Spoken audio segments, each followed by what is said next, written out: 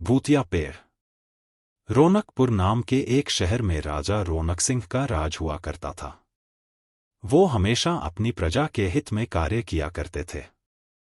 वहां की प्रजा बहुत खुश रहती थी।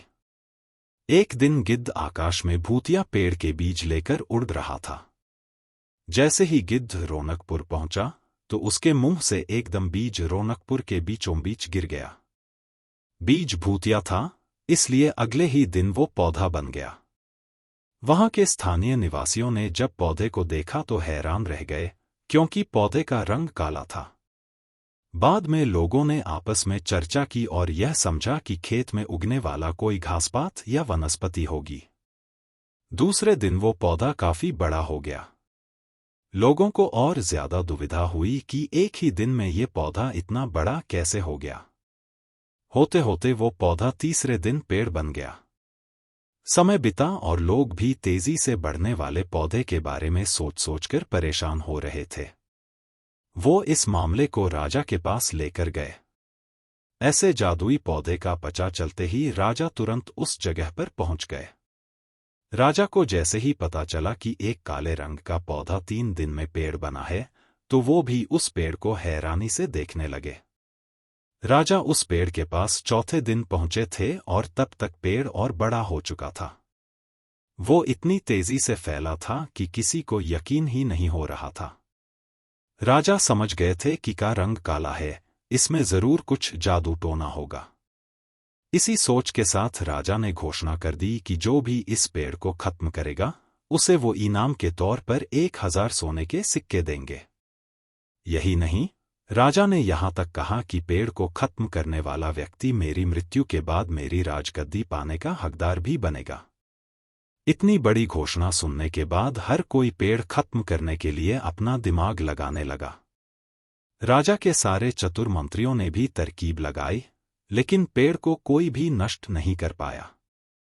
किसी ने पेड़ के आसपास आग लगवाई तो एक मंत्री ने उस भूतिया पेड़ को हाथियों तक से खिंचवाया, लेकिन पेड़ को कुछ भी न हुआ।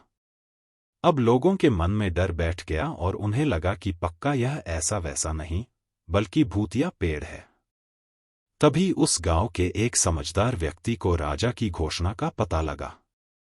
जानकारी मिलते ही वह अपने गुरु के पास भूतिया पेड़ से जुड़े रहस्य को जानने के लिए पहुंच गया। गुरुजी ने अपनी ध्यान की शक्ति को एकत्र करके देखा और उससे पूछा, क्या तुम पेड़ को खत्म करना चाहते हो?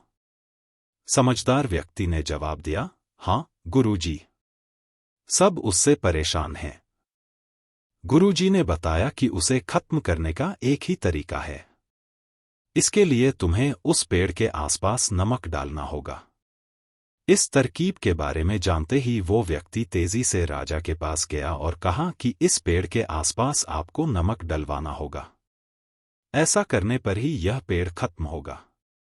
राजा ने अपने सैनिकों को ठीक ऐसा ही करने को कहा। सैनिकों ने मिलकर पेड़ के चारों ओर खूब सारा नमक डाल दिया। नमक डालने के एक दिन बाद ही पेड़ का आकार कुछ कम हुआ। होते होते 5वें दिन तक पेड़ एकदम छोटा हो गया। उसके बाद गलकर वो गायब ही हो गया। उस व्यक्ति की तरकीब काम कर गई और राजा ने खुश होकर उसे इनाम की 1000 सोने की मोहर पहले दी। उसके बाद एक पत्र दिया, जिसमें लिखा था कि वो राजा के मरने के बाद उनकी गद्दी को संभालेगा। वो समझदार व्यक्ति खुश होकर अपने घर चला गया। कहानी से सीख, ऐसी कोई मुसीबत नहीं होती जिसका समाधान न किया जा सके। जरूरत है तो बस धैर्य और समझदारी की।